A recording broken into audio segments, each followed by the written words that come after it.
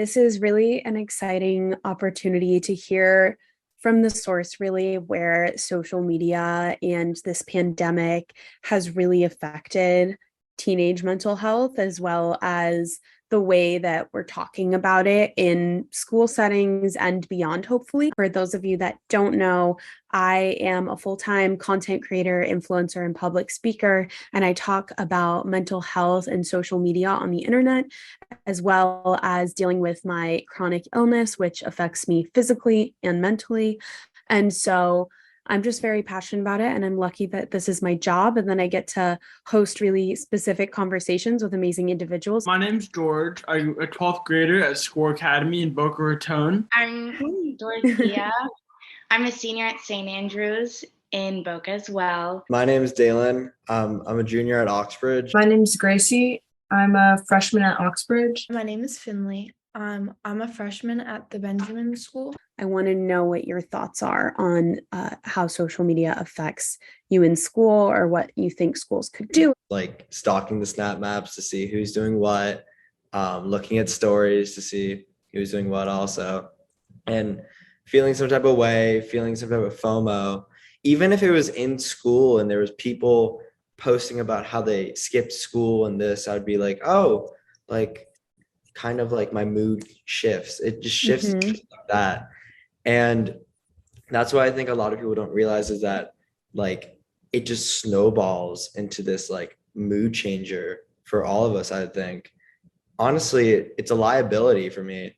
Like I know junior year for me has been the hardest out of high school, and you start to get more into colleges, and it's been terrible for me because I just can't focus. This one is about what you wish adults knew about teen mental health. We're very capable people.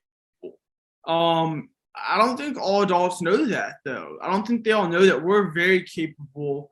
We're empathetic, we're sympathetic, and we understand things to a greater extent than most adults would care to accept that we do. Also, it's okay to not be okay. I don't think all adults know that, and that could be a generational thing, because to an extent, many years ago, it wasn't okay to be not okay, but times have to change. Times have changed, and we need to change that mentality that it is okay to not be okay.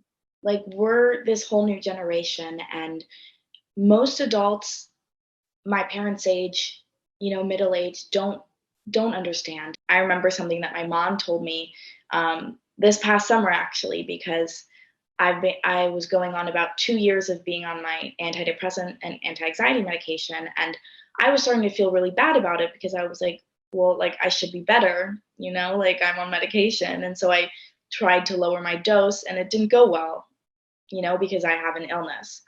And she told me that if I had a cold, like a 2-year-long cold, if I had diabetes, if I had any other illness, I would take the medicine to help me feel better.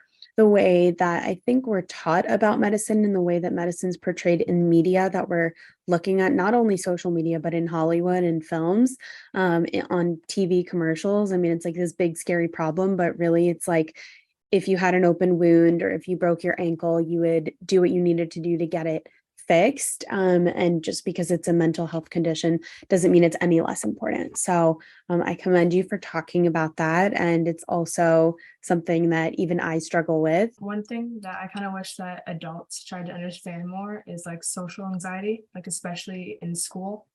Because like you can say like I have stage fright, like I get nervous a lot, but like they only understand that to an extent. Like, so when you're like, I don't feel comfortable talking in front of the class, they think that it's just a matter of being pushed a little more, but like it's like a much bigger deal to me or other people.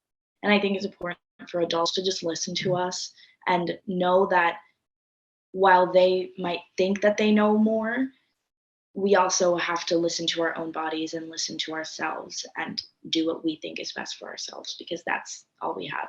You can work with nonprofits like the Jed Foundation to get those resources that will teach you how to talk to your students, talk to your your niece, your nephew, your son, your daughter, your child who's struggling, or maybe they're not, but it can give you some resources if maybe they have a friend that's struggling. Do any of you have any personal experiences with your friends or family with mental health issues? When I was 2 to 3 weeks before my 10th birthday, my sister Annabella committed suicide. And it was kind of a domino effect for my family.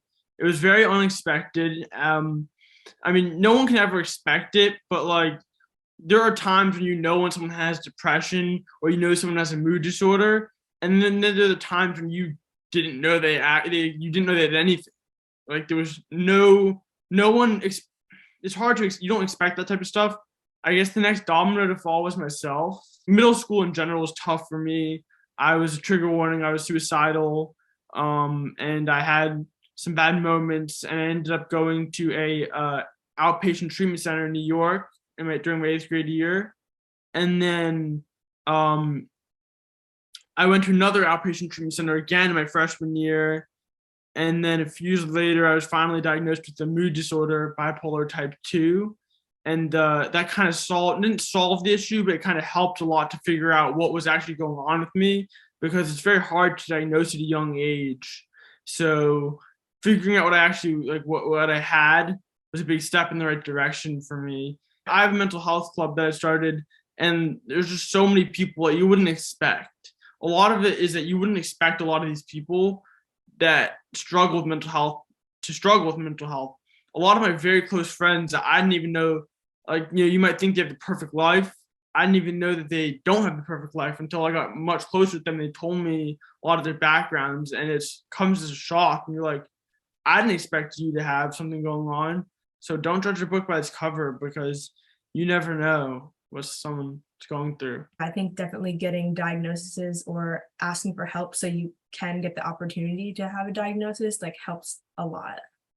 6th grade was when my depression started getting really bad, and I feel like that's like a time for a lot of people, because you're going through puberty and all of these new things start coming up. And that was when like I started self-harming and started having suicidal thoughts and all of these different kind of things. So I did go to therapy in 6th grade, but I told my mom it was because of anxiety, because I was so afraid to tell my parents that like I was depressed and that I didn't want to be alive. So I would just tell them like, yeah, I just get really nervous sometimes, and I think it would help me to talk to a therapist. But it wasn't until probably right before freshman year that I like got diagnosed with anxiety and depression and started taking medicine.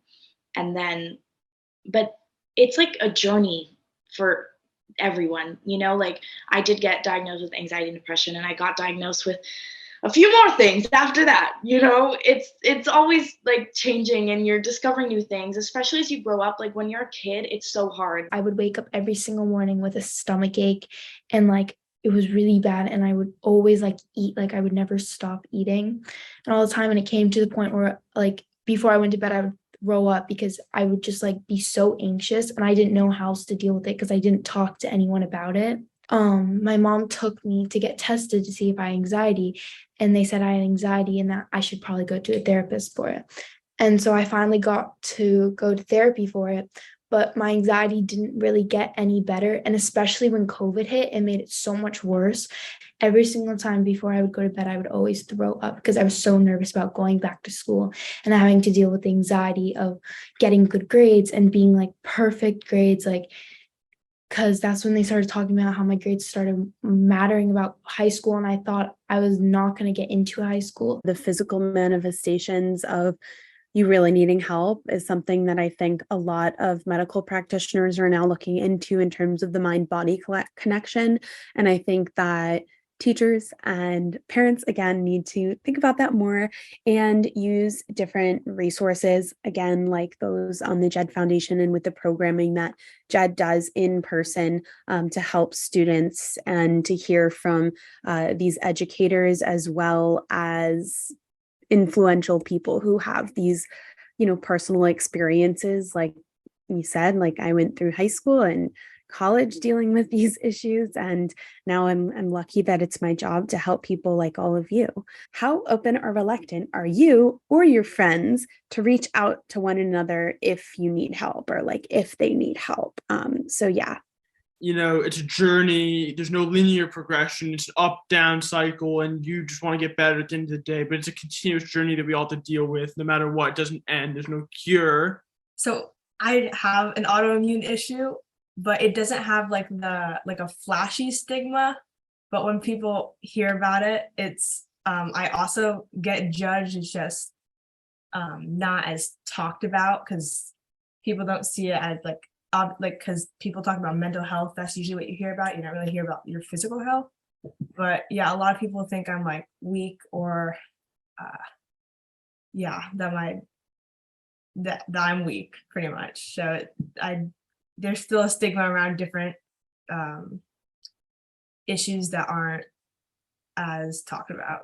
So for me, I'm like George. I'm usually the guy that people usually go to talk to about what they're having problems with, if it's with relationships or with friendships, or if it's something with family. Like I'm pretty open about like what I've been through. Like I haven't really talked about it as much as here, but like they know kind of my background. Like I've known some of my friends, which was funny because like I know my friends now from preschool, which is pretty funny. It was kind of like a full circle moment. But they know what I've been through, and I've talked about it extensively with them, and they've talked about it vice versa with me. And I feel like I'm very open to talking to my friends about practically whatever it is, and probably more open than I am talking to parents or guidance counselors about it. Thank you all so, so much for sharing tonight and being so vulnerable and open.